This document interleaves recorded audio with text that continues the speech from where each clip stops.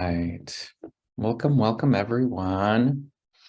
It is really great to see folks. And of course, I'd love to hear from all of you as you have questions or things that maybe Dr. Marianne Francis or myself can clarify. So we'll get started. Yeah. My name is Dr. Fernando Estrada. I am one of the core faculty members here in the program. I've been here for, over a decade now. And it's been really great to be a part of this program and to see so many students start, finish, and thrive in this field. And so I'm excited to talk a little bit about our program and share the time here with Dr. Marianne Francis. Dr. Francis, a little bit about yourself? Of course, I would love to.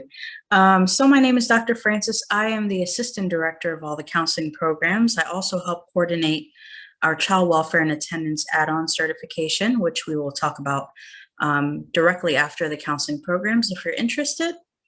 I have been teaching here for about 5 years in various classes throughout the counseling program, but mostly what I tend to really enjoy is helping with the supervision of the internship portion, or what we call field work, all the way at the end of the journey, although I have taught a few classes in the beginning as well. So I might be a familiar face if you are interested in joining and wanting to, to come to the counseling program. And I work very closely with Dr. Sherry Atwater, who is the director, who sends her well wishes and greetings.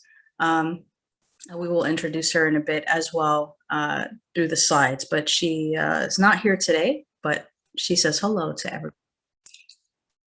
Awesome. Yes. Well, why don't we get started? I've got a few slides that I'll go through. Talk generally about some points, but if there's anything that you want me to immediately follow up on or clarify, please feel free to raise your hand or drop something in the chat box. And we'll just sort of take it as such right up until the very end.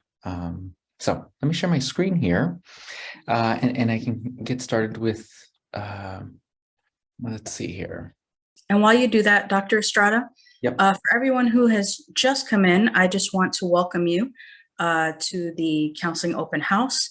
I do welcome you to turn on your cameras if you are comfortable. If you're not, that's fine. And also, please keep your mics on mute for now. I will be monitoring the chat if you have any direct questions that we can answer afterwards. So yes, please focus your attention on Dr. Estrada. He has wonderful things for you. Awesome. Well, I mean, we are recognized in the field. We've been around for quite some time now. Our program it shares a lot of things with other programs who in the area or further away who train counselors. We have our accrediting bodies and the same governing bodies around standards, etc. We of course approach things through the Jesuit sort of Ignatian paradigm. So therefore it's very focused on social justice, advocacy, multiculturalism, and so there are things that set us apart, and I'll go through that as we move through the slides. Let's see here. Well, just a little overview of what we'll talk about, including some of the differences in degrees that we offer. Talk a little bit about the coursework. And then, of course, you'll have time to also hear about the CWA program for those who are interested, sort of working within the school setting.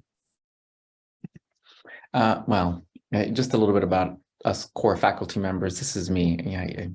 That picture is really big.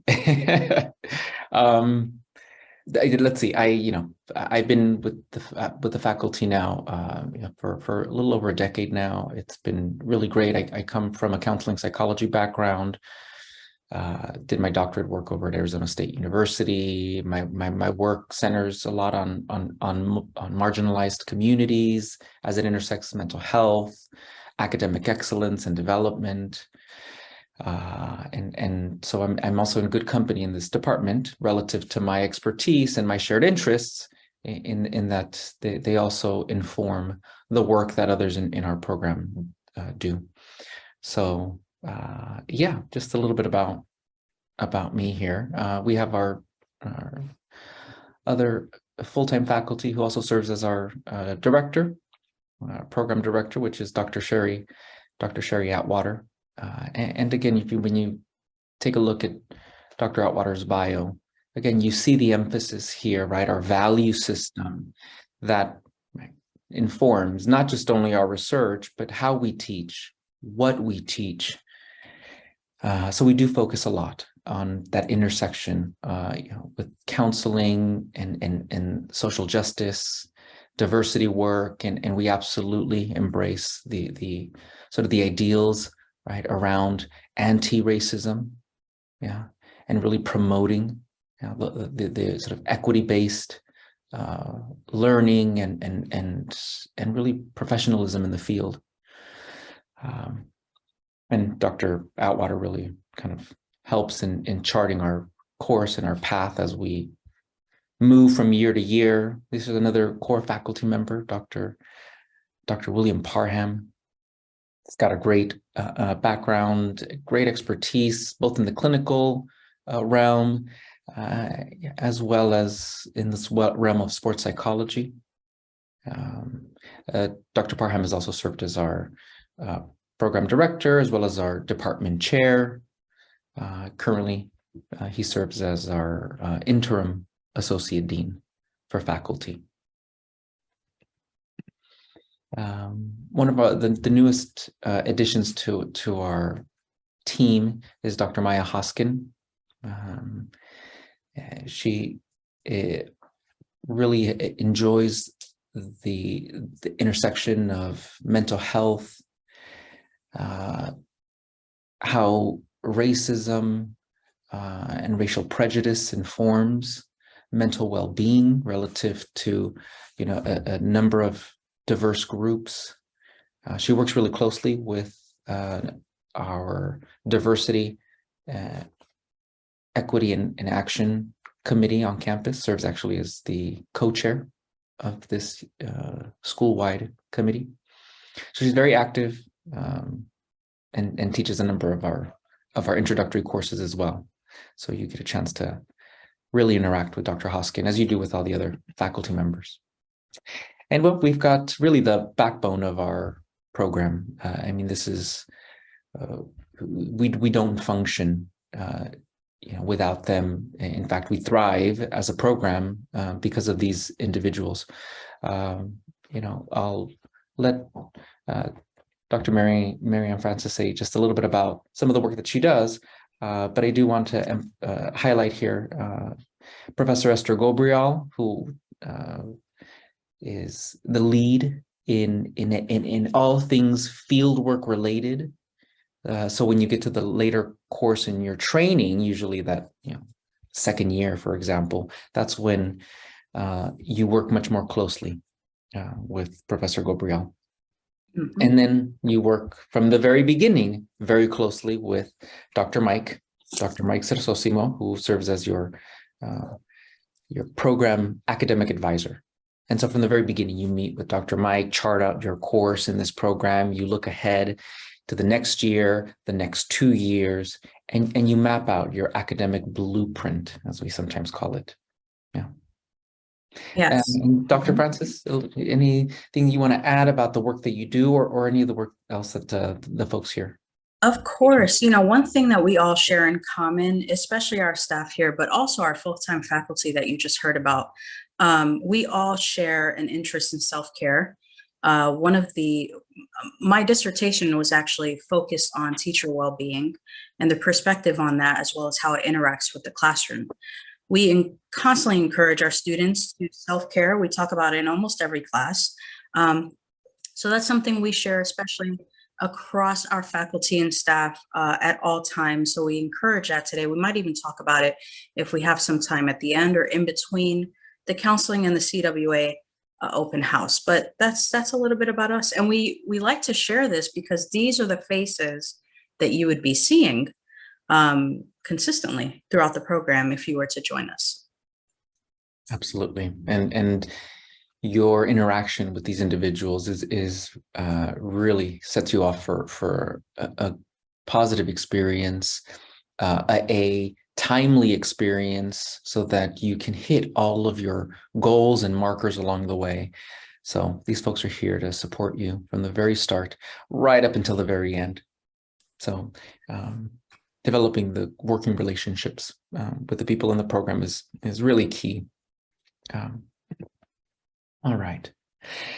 Moving along here, sharing some images here of our CGSA, our Counseling Graduate Student Association, and this is a sort of the part of the student body of our program. They meet, they put events for the students. They are advised by the faculty, but their goal is really to promote sort of the excellence among students, and also to respond to issues as they come up that pertain to graduate life. And we highly encourage you all to plug yourself in when you start, and certainly this is true, I think, at the undergraduate level, most of you are familiar with that, to become integrated, right, meaningfully in the academic experience that you've sought out. And so CGSA is here to plug you in to the existing networks of people, folks who become friends, colleagues, and serve as the valuable resource when you even start that postgraduate employment search. Yeah. So they've got a lot of great things that happen throughout the year. Dr. Francis, anything that you wanted to say about CGSA? Of course, yes. One of the three of the most recent events that we had, or CGSA had, it's actually ran entirely by the student body for the students. So it's completely a student voice in all its essence. But three of the most recent events, they had a walk and talk about it, where they took a walk to the nearest taco shop and they had tacos together, just as students. I really wanted to go, but I knew that they were probably going to be having some student talk, so I stayed out of it. But I really did want to go and have tacos. Another one they did was a hike, which was really awesome. LMU is a beautiful campus, and there's opportunities to hike around it. And then another one was a welcome week. They set out a table around the first couple weeks of classes. They gave snacks, food, pizza, drinks, the entire week. So students would, right before or after class, come outside, have some social gathering, a little social talk. I did sneak a pizza in that time. I was like, there's no way I'm going to miss out on another food event. I need something out of this, right? But in the future, they're actually looking to do a kind of a buddy mentor program for fieldwork students. So meaning that internship portion that I was speaking of earlier towards the end of the journey, they're looking to branch and bridge the gap between the students who are about to enter into their fieldwork and those that are currently in it, maybe even those that have just recently left, like alumni, possibly coming together with a panels to answer all those questions and kind of break that fear of going into fieldwork and doing all that. So answering all the questions at a student level. This is such a great group of students. And if you are interested in joining, soon after you join the program, you're more than welcome to just email me. All of our emails are firstname.lastname@lmu.edu and put, I want to join CGSA. And that's how easy it is. Yes. Well, moving right along here. We're going to kind of talk a little bit about the overarching framework, right? The sort of this idea that we tend to work under relative to, overall disposition, how we teach, how we research, and certainly how we train. As I said before earlier, we lean into sort of that Ignatian paradigm around the whole person, social justice. Yeah, we see clients as whole people, not just individuals who are experiencing a problem that they'd like to address, right? They're whole individuals with multiple identities. And so this cuts across how we teach, the courses that we teach, and informs really how we relate to each other. You'll be reminded of this every semester through your syllabus and just the content through which you navigate semester through semester. I want to spend some time here talking about the differences in, you can call them specializations, but these are really separate degrees is what they are. We offer sort of our three main degrees, all master's level. You notice there that there's a difference in units, right? We've got our 41 unit master's in guidance and counseling.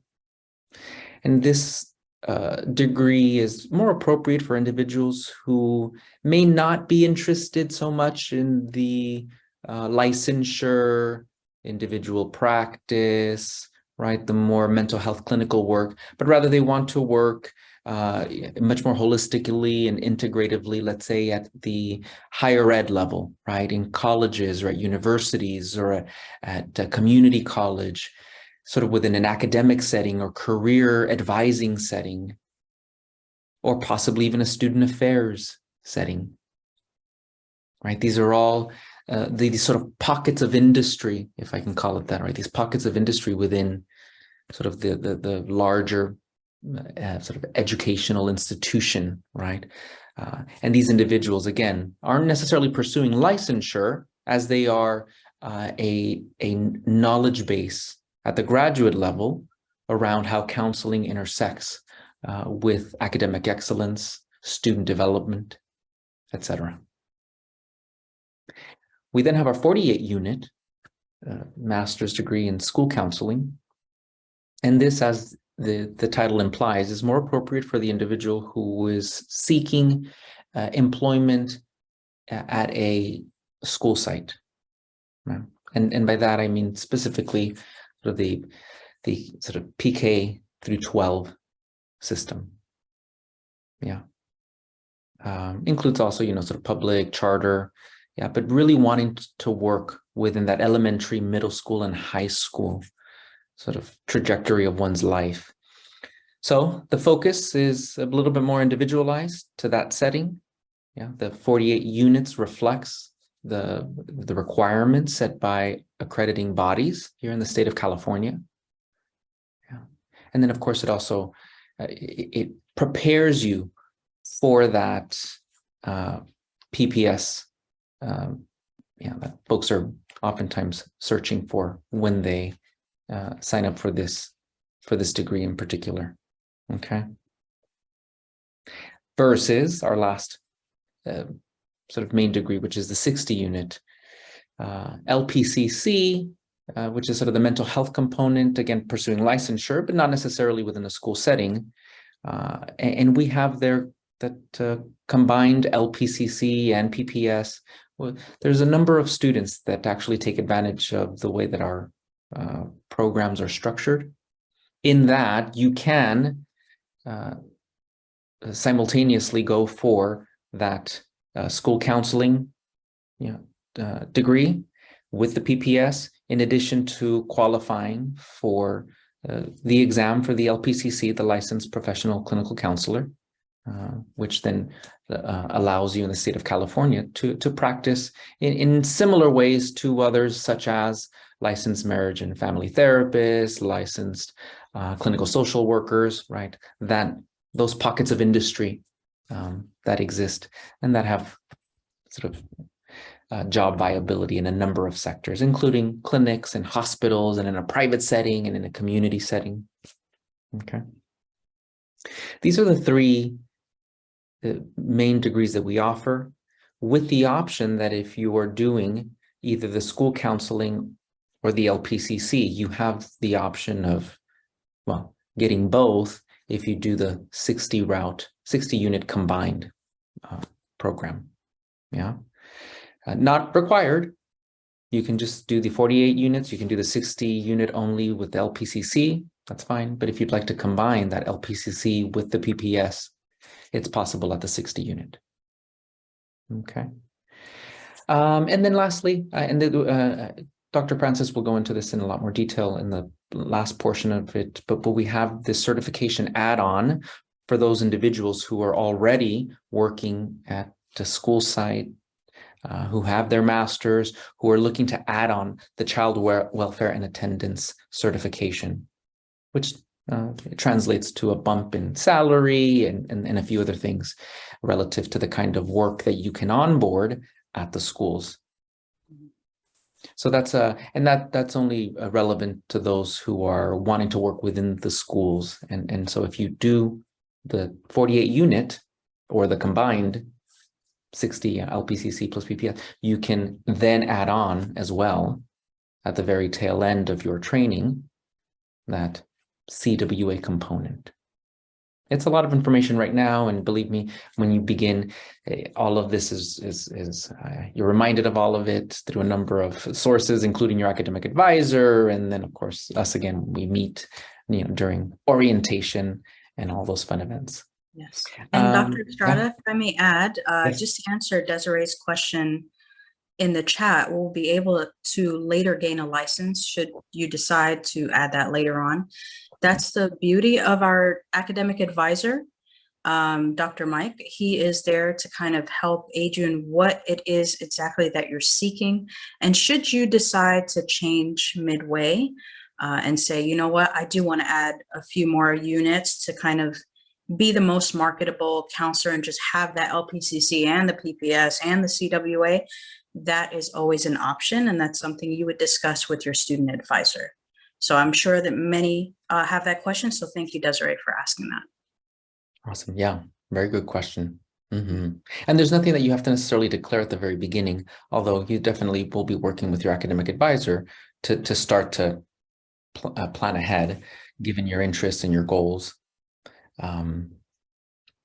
Very good. Very good. Okay. I'm going to sort of keep going so that we can get through some of this information, but of course you can feel free to backtrack with any of your questions. Feel free. I do want to sort of provide a sort of a bird's eye view, if you will, of your time here, in our program. What you see here is kind of what the image is trying to convey here, right? You've got a few phases in this program. You've got sort of level one, which is sort of typically your first semester, right? First semester, first year, your introductory courses, theories and ethics, and some of the micro-counseling skills. Leads you then into the first summer session, because we offer 2 summer sessions, one at the beginning and then one at the tail end. So there's 2 summer sessions that you could take advantage of in terms of taking courses, gaining, those requirements. We highly encourage it. You don't have to take summer classes. Know that, if you don't, your academic blueprint will reflect quite possibly a slightly longer graduation trajectory, whereas those who tend to, stack their courses in the summer, maybe take at least 1 or 2, tend to graduate quicker.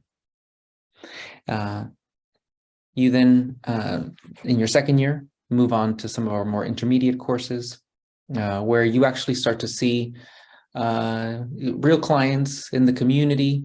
You start to take some more advanced classes like human sexuality, group counseling, and that really puts you at the doorstep of your last training component, which is field work.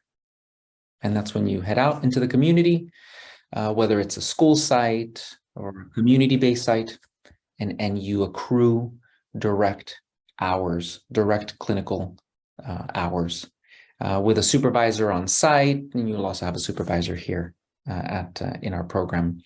So this kind of trajectory oftentimes takes usually about, on average, 2 years, assuming here that you're taking full advantage of the summer sessions.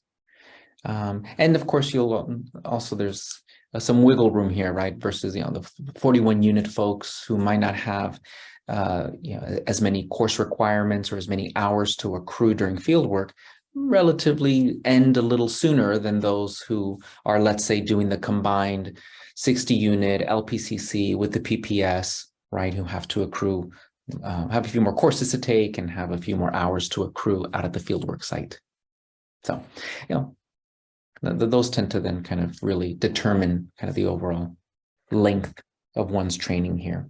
Hence, we do encourage everyone to take advantage of those summer sessions whenever possible. Okay. Dr. Francis, anything here that you wanted to mention? The other thing to mention here, which tends to be a popular question, is are we a cohorted program? And we are not, in fact, cohorted in that's the flexibility that we're able to offer in our counseling programs. It's kind of a go at your own pace. So one of the unique things at LMU is we do offer 2 summer sessions rather than just one, which is more common that you'll see across other universities. Here we offer 2. And so just like Dr. Estrada was mentioning, it really depends on you. If you want to go a little faster versus if you would like to kind of go at your own pace, if something happens in the middle, some type of life change, that is what your academic advisor is there for. It's kind of help you stay on track. And so it is very flexible. You're not part of a cohort. You kind of move how you go. And Jordan, the credits per course usually are 3 credits per course. Yeah, great questions there. Yeah, thank you for that, Dr. Francis. Mm-hmm. You'll see this in all of your syllabus. This is again kind of referring back to our philosophy and our approach, the things that we value again in the classroom and outside. Promote the promotion of social justice and a culturally responsive theoretical orientation, a value in collaboration and in shared leadership. Yeah, these become the sort of the groundwork for so much of what we do in our program. And so you'll be reminded of this again throughout every course, every semester. I do want to talk about this slide and get into some of the details, which I know for folks, important stuff here. So as Dr. Francis was saying, we are not a cohort program, meaning that everyone's on a slightly different journey, taking courses in a sequence that is catering to their goals, their timeline, right? In comparisons to, the cohorted style, which everybody comes in, takes the same courses, right? Semester after semester, you see each other in the same classrooms. No, not in this academic setting. Here we have individuals who chart out their coursework based on their need, based on how quickly they want to get through the program. And these are some of the pieces that you have to sort of to work around with, right? We offer fall and spring courses. That's sort of the academic year, but we also offer our summer sessions. As Dr. Francis mentioned, there are 2. Our courses are in the evening. They cater to the individual who might already be working, or have a part-time job. So our courses, our first class tends to start at around 4:30, and our second class of the evenings starts at 7:15. These courses meet once a week for about 16 weeks. Yeah, they observe all the major holidays, etc. In the summer, we're talking condensed schedules here, right? What was a 16-week schedule is now condensed into 6 weeks. So yeah, you meet for longer periods of time, twice a week. Yeah, again, later in the day, there are no morning classes in our program. So in the summer, it's usually starts at 4 or starts at 7:10. Okay. The class sizes tend to differ kind of depending on where you're at in the sequence. The beginning ones tend to be a little bit larger. Yeah. And then as you move through the program and towards the end, classes start to get smaller. They become more seminar style with enrollment, sometimes being as sort of an intimate 7 or 8 students gathering and possibly like in field work or in culturally responsive counseling. Yeah, those tend to be smaller.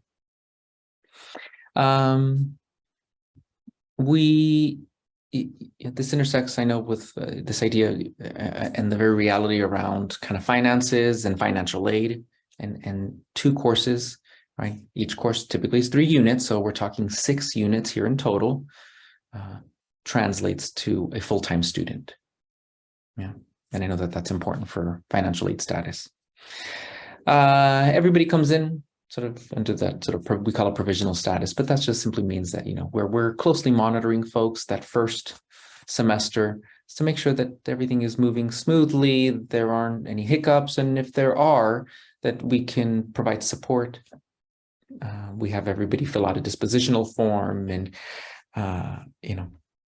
ensure that if there's anything that we can do to ensure your success, that we're doing it.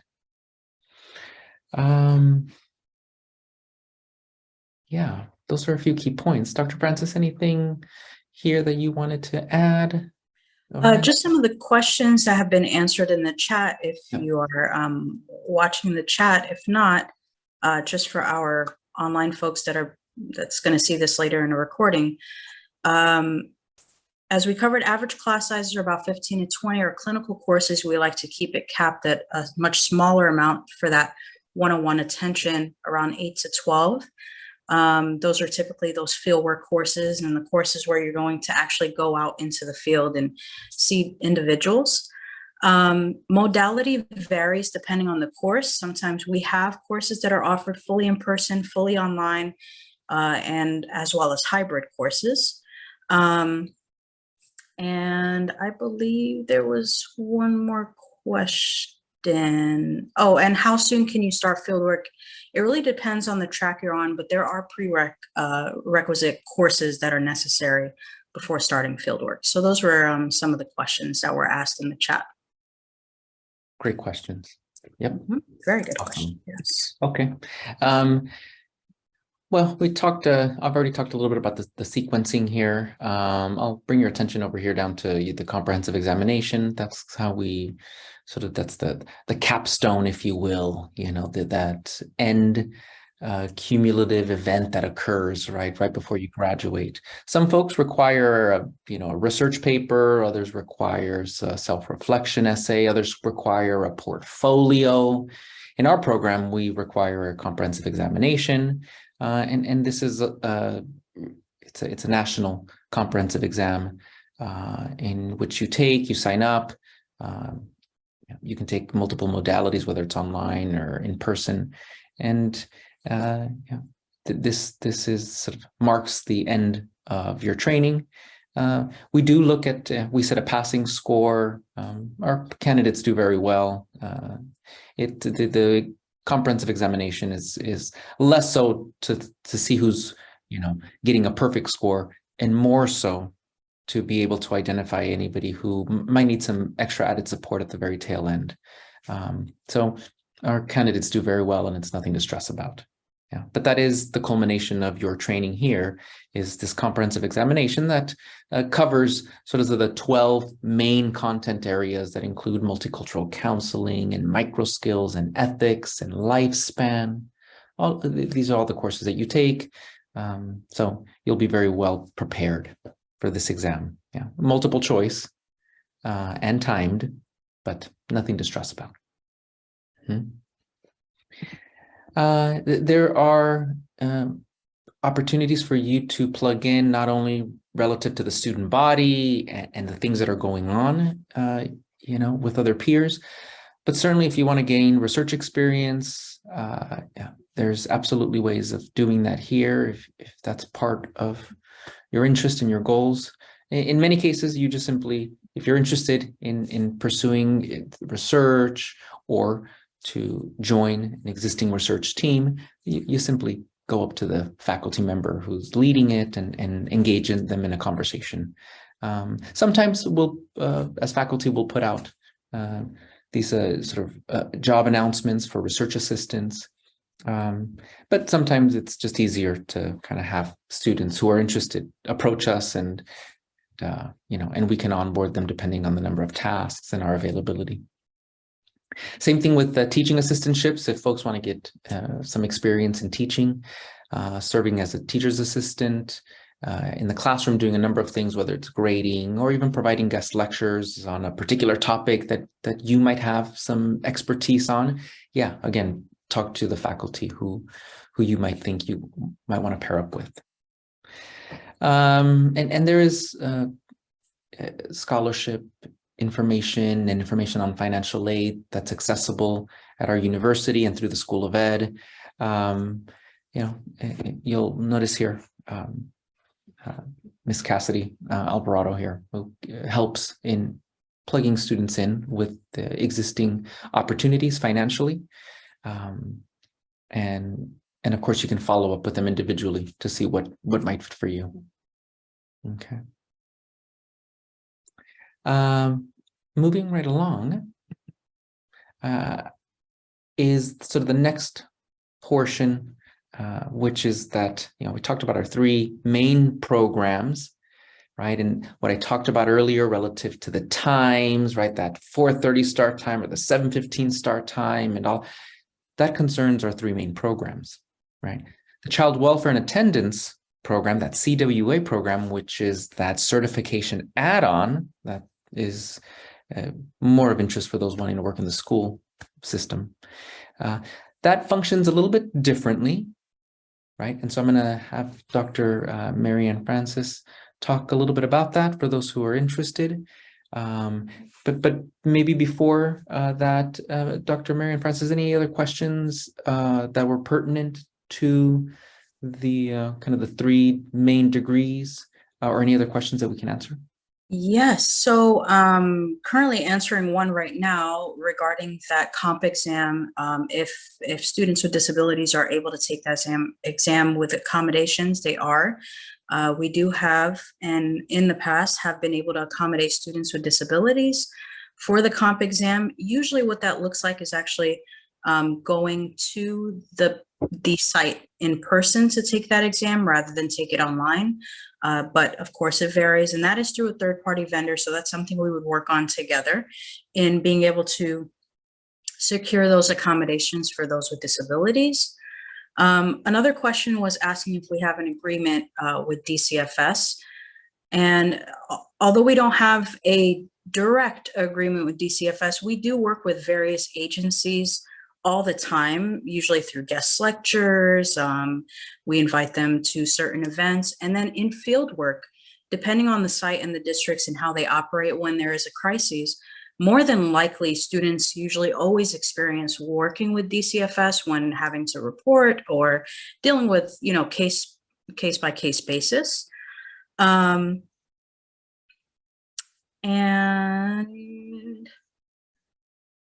And then about how many students are accepted per semester, it varies. Dr. Estrada, do you have a number that you can offer? Oh, geez, no, yeah, it definitely varies because those come in waves. Yeah. Mm-hmm. And so it really depends. So I think if you have questions around, let's say, your viability for the program, certainly, send us your questions and any particular concerns you might have.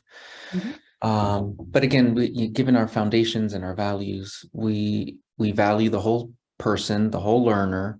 And so unlike other programs that might stress one marker over another, like GPA or scores on an exam, we do take kind of the full experience of the individual in mind, including existing experiences, certifications, things like that. So yeah, hopefully that doesn't create too much anxiety. Mm-hmm.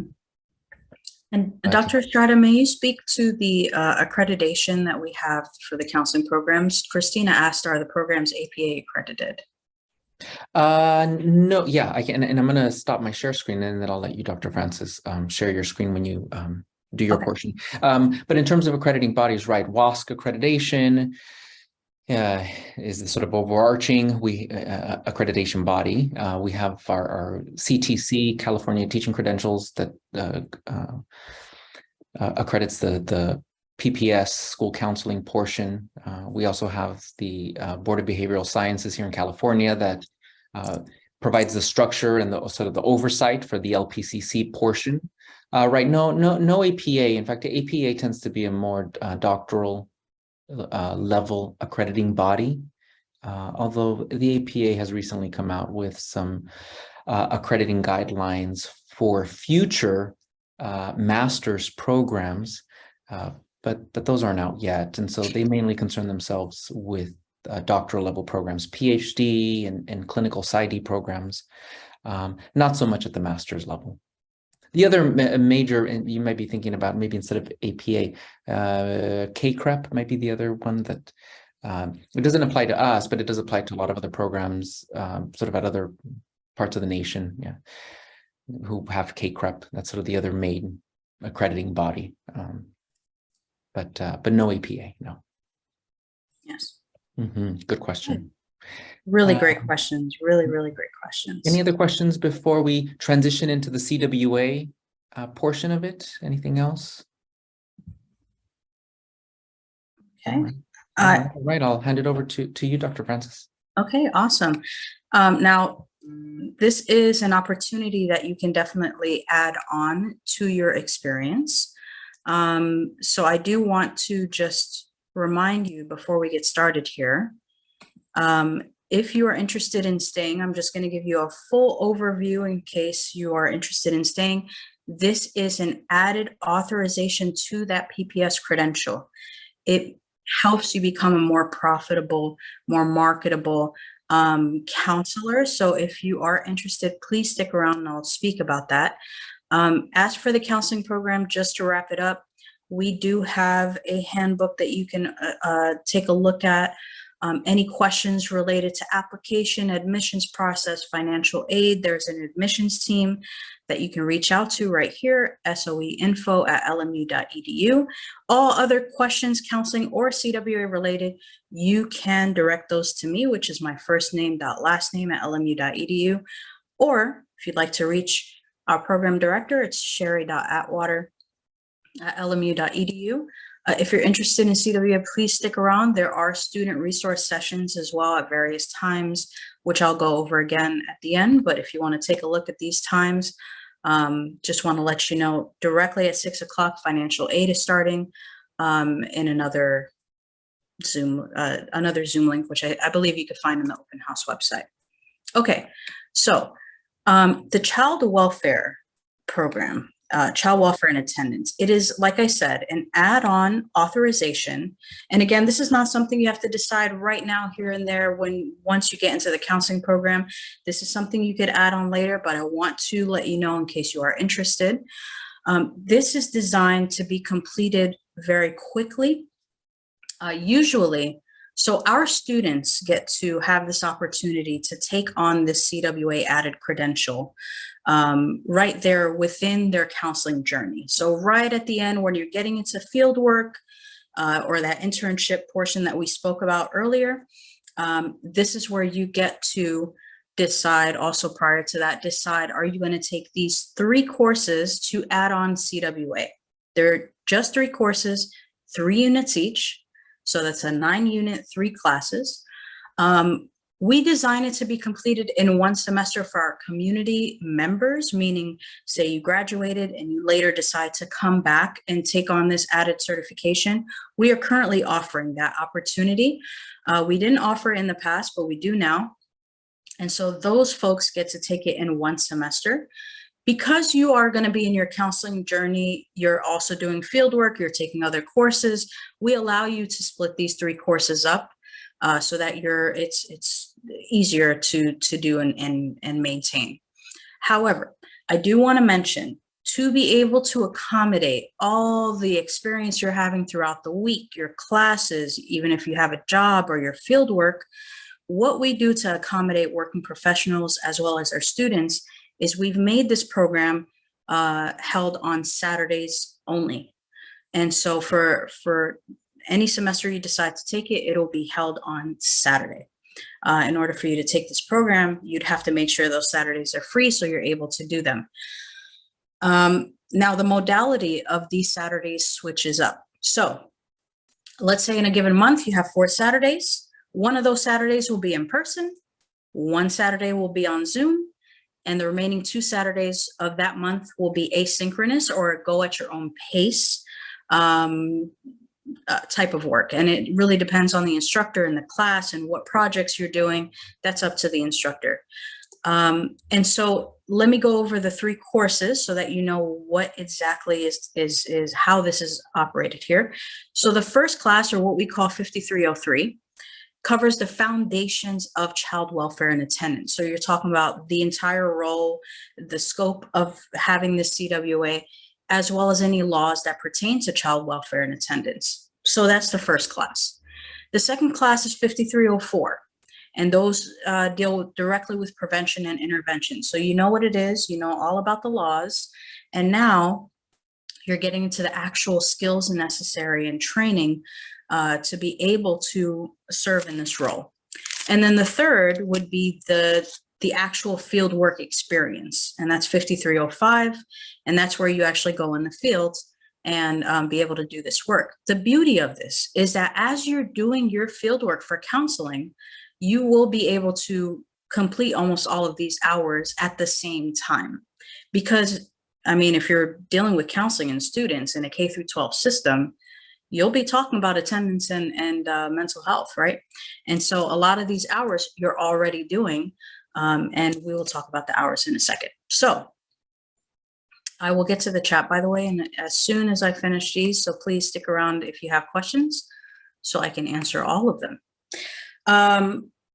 So the way that you utilize the CWA supplemental authorization is you're working directly with pupils to improve their attendance, right? This is what we would probably call equivalent to having a social work degree. It's almost equivalent to that. You're providing wraparound services. You might be doing home visits, truancy remediation. You're focusing on those services that you can offer to marginalized populations, like the homeless or foster students, or dealing with dropout risks of students who aren't doing so well. And these are the type of this is the type of specialized K through 12 training that you would be doing with this CWA classes. So this is designed to be taken concurrently with your field work. And this is very marketable because it's in high demand right now. There's actually LAUSD has partnerships to be able to send off their current employees to get this CWA credential so that they could offer them more money as what they call PSA counselors. So there's a lot of additional compensation that comes with this. And again, if my PowerPoint would work, the way that this is structured is for field work, you have 150 hours to complete. About 120 of those hours needs to be inside of a school setting. You're already inside of a school setting with your field work. And so you can complete all these hours as you're doing your counseling field work. And then 30 hours needs to be outside of a school setting. And so those are opportunities that you can do on your own. Our instructors like to offer experiences and opportunities to be able to help you gain those 30 offsite hours. And so sometimes, like currently, they have a field trip to Meal on Wheels. We just had an all-day training a few Saturdays ago for mental health aid for the youth. And so there's a lot of opportunities that we offer to our students, or you might have your own. You run it across to your instructor, and if they okay it, you're more than welcome to do those.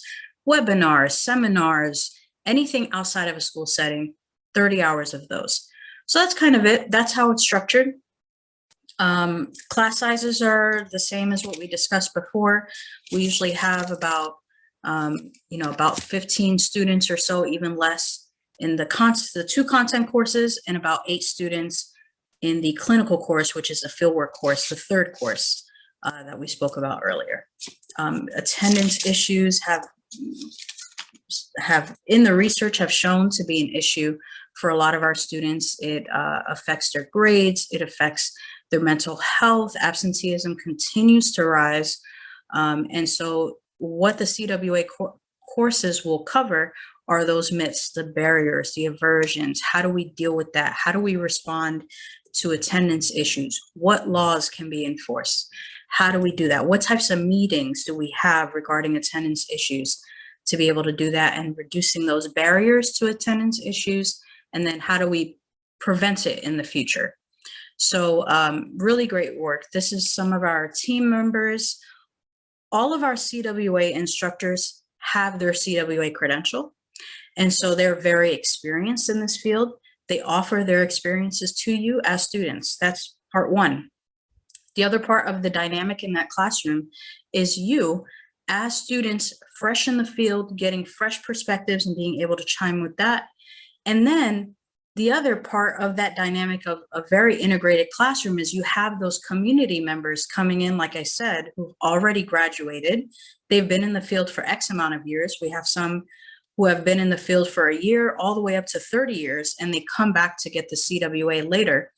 They're bringing in their perspective. So it's a very interesting dynamic in every classroom, and it's wonderful. So that is the CWA program. Let me answer any questions that you may have. Again, financial aid starts at 6, just so you know. And let's see if there's any other questions in the chat. Again, if you're interested, there will be a reach out from admissions regarding all programs. You're also welcome to email me, marianne.francis@lmu.edu if you have any further questions, but there will be a follow-up email. If you don't have any questions, I do want to thank you. Alicia Amador from Graduate Admissions just put in a link if you'd like to RSVP for any of the resource sessions. How many students are typically find employment in the LA area after graduation? It's a very high number. I don't have an exact percentage, Ruby, but typically they do find employment right away. Our students, especially those who take that LPCC, PPS, CWA track, are very, very marketable. And another opportunity to be able to gain potential future colleagues is in that internship. A lot of our students are also hired by their internship sites or that district that they were a part of. So it's wonderful. Yeah. If you're already counselors at a high school, can you do your hours at work? Absolutely. That's a great question, Gil, I think. If you already have a site that you can be a part of for these CWA hours, if you're talking about CWA, I don't know if you're talking about CWA or counseling, but if you already have a site, the most important thing is you have an appropriate site supervisor. So for CWA, if you have an appropriate site supervisor, they're welcome to supervise you. The only thing that they have to have is a PPS credential in counseling. If they have a PPS in counseling, they can supervise you at your job. They do not have to have a CWA because our instructors have a CWA and they too will be signing off on your logs. You're so welcome. How many students are accepted into our semester? It varies, like Dr. Estrada said earlier. We have rolling interviews, so it just keeps going. We don't have a one-time set interview per semester or per year. So pretty high though. I'm going to stop sharing here.